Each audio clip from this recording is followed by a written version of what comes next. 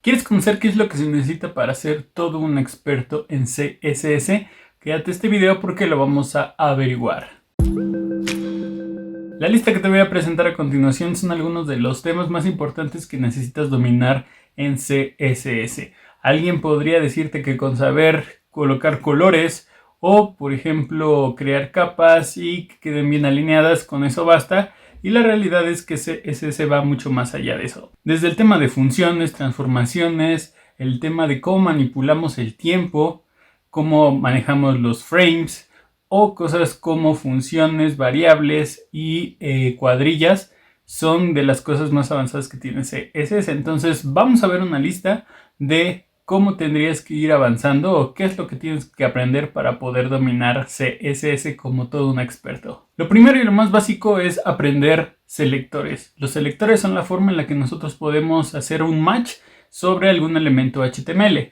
Podemos tener desde los tradicionales que son los ID y los clase hasta combinaciones y utilizar selectores mucho más avanzados para poder escoger elementos dentro del DOM que cumplan ciertas características. No solamente podemos utilizar selectores para seleccionar elementos, sino que también podemos hacer que se activen selectores basados en comportamientos. ¿Qué pasa cuando colocamos en un input y activamos el foco? ¿Qué pasa si queremos seleccionar una cantidad de elementos, pero queremos descartar aquellos que cumplan otras condicionales? ¿Cómo validamos por elementos vacíos o por elementos que están deshabilitados? Esta segunda parte de selectores son un poco más avanzados porque implica que podamos validar basado en un estado específico para los componentes. Las posiciones son un elemento muy importante en CSS porque lo que nos permiten es poder crear elementos que puedan, digamos, estar posicionados a lo largo de nuestra página o nuestro sitio web. Los más populares son Relative, Fix, Absolute y Sticky. Y con ellos podemos crear elementos o componentes bastante interesantes como menús, como headers, como elementos flotantes o como elementos con los que podamos interactuar. Por ejemplo, una ventana dentro de nuestra misma página. El desbordamiento es otro de los temas importantes porque nos permite manejar la forma en la que los elementos o las etiquetas que pueden contener algunos otros elementos interactúan con esos elementos al momento de hacer desborde. Muchísimos ejemplos de sliders o de contenido que vamos apareciendo y desapareciendo conforme vayamos presionando un clic o hacemos slide en un elemento es gracias a que podemos utilizar la propiedad overflow. El box model es el principio de toda la teoría sobre la cual empezamos a estilizar nuestros elementos. Si tú entiendes cómo funciona el box model,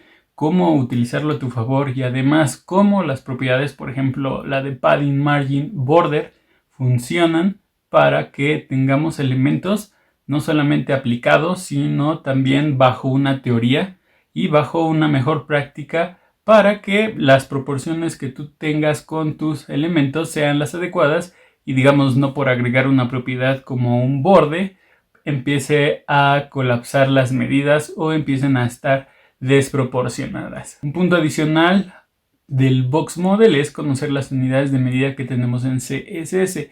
Yo entiendo que a lo mejor no vamos a utilizar todas, pero es cierto que vamos a utilizar bastantes. Aquí te comparto algunas de las más populares, pero incluso no son todas. Entonces tenemos que aprender que hay medidas absolutas, el cual representan una unidad específica o relativas, las cuales representan unidades dependiendo del comportamiento de, a lo mejor, del viewport o de los elementos que lo contienen o de elementos adicionales. Flexbox y Grid son dos sistemas para poder crear layouts o estas estructuras dentro de nuestro sitio web que nos permite, tanto Flexbox y Grid, acomodar nuestros elementos de una mejor forma. Antes de utilizar Flexbox y Grid teníamos que hacer un sinfín de malabares para que nuestro contenido quedara bien alineado, para tener capas contiguas sin tener que usar trucos adicionales o incluso temas tan básicos como centrar verticalmente. Entonces hay que aprender a utilizar Flexbox y Grid y a saber que a lo mejor uno nos permite crear una malla unidimensional y el otro una malla dimensional. Con eso ya podemos empezar a entender cómo crear componentes que empiecen a ser responsivos y que nuestro contenido se vaya adecuando dependiendo del tamaño de la pantalla que el usuario está utilizando. ¿Quién diría que CSS tiene hoy en día funciones que nos permiten ejecutar pedacitos de código para poder hacer mucho más flexible el estilizado de nuestros sitios web? Tenemos tanto las variables, que hoy en día es fundamental que cualquiera utilice variables para poder hacer cambios rápidos a nuestros estilos sin tener que estar buscando los selectores, los estilos y llegar a equivocarnos. Además, una forma de estandarizar mucho más ciertos estilos para que se permeen a lo largo de nuestros sitios.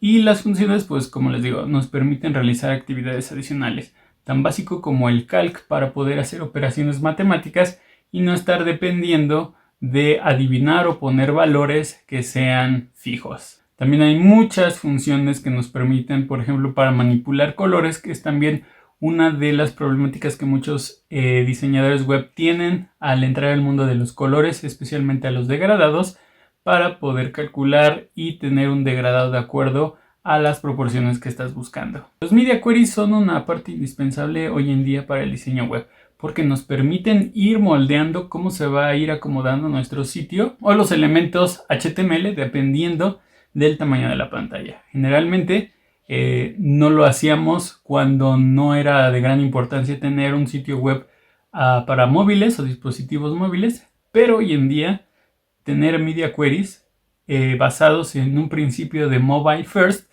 es decir, pensar primero en el diseño móvil y después en el de escritorio, es una de las estrategias que hoy se usan para poder tener sitios web que se adapten a cualquier pantalla. Las transformaciones para muchos ya es el tema central de cómo empezamos a crear interacciones y crear, digamos, user experience o experiencias de usuario mucho más ricas para los usuarios. Las transformaciones nos permiten manipular los objetos, ya sea su escala, su rotación, el sesgo, ponerlos en una malla 3D y a partir de ahí jugar de forma visual con los elementos, y muchas transformaciones que nos permiten añadir como resultado final animaciones, añadir efectos y tener otra experiencia diferente a solamente tener elementos estáticos o que están siempre en línea y acomodados perfectamente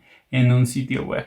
Las transiciones son una característica en CSS que nos permite empezar a jugar con temas de animaciones a un nivel, digamos, muy sencillo, con un valor inicial para llegar a un valor final. Lo importante aquí es conocer que, por ejemplo, podemos crear micro interacciones.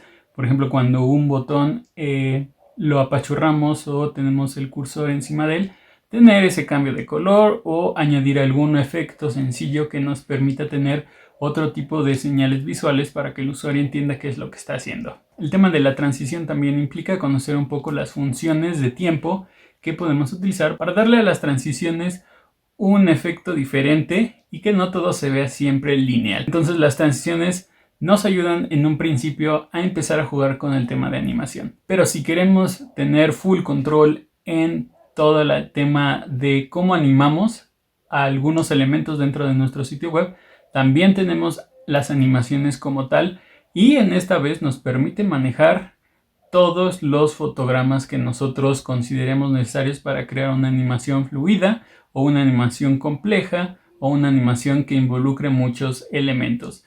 No está destinado como tal CSS para ser una plataforma de animación, pero se puede hacer, es decir, controlar los fotogramas por segundo, el tiempo, la función del tiempo, de cómo van transcurriendo entre cada fotograma. Las animaciones es algo que podemos hacer y es algo que podemos hacer de una forma muy sencilla. Y por último tenemos el tema de los preprocesadores. Ya que aprendimos todo esto, podemos empezar a aprender a utilizar preprocesadores. ¿Cuál es la ventaja principal que nos traen los preprocesadores? La posibilidad de poder extender las funcionalidades que tenemos actualmente de CSS para justamente eso, tratar de no tener un lenguaje solamente de estilos a nivel de cascada, sino que podamos manejarlo con funcionalidades o con bloques de repetición, que por ejemplo es lo que más me gusta de los preprocesadores, para poder tener código mucho más modular que podamos ir adaptando conforme lo necesitemos. Entonces, esa es una guía muy completa, creo yo, de cómo deberían estar aprendiendo CSS. Si lo que a ti te interesa es conocer todo lo más importante que tiene CSS, con lo cual le puedes sacar provecho y como resultado puedes tener diseños web o sitios web mucho más interactivos o con estándares mucho más grandes. Me gustaría que me comentaran qué de toda esta guía a lo mejor me faltó poner o cuáles son algunos de los temas que ustedes no conocían antes de ver este video. Con eso nos damos todos una idea de qué es lo que nos hace falta aprender y yo podría enfocar algunos videos de CSS a explicar algunos temas específicos si es que les gustaría eso. Si les gustó este video regálenme un like, suscríbanse al canal y activen la campanita de notificaciones para seguir recibiendo videos como este. Y bueno, developers, si no hay nada más, nos vemos la próxima.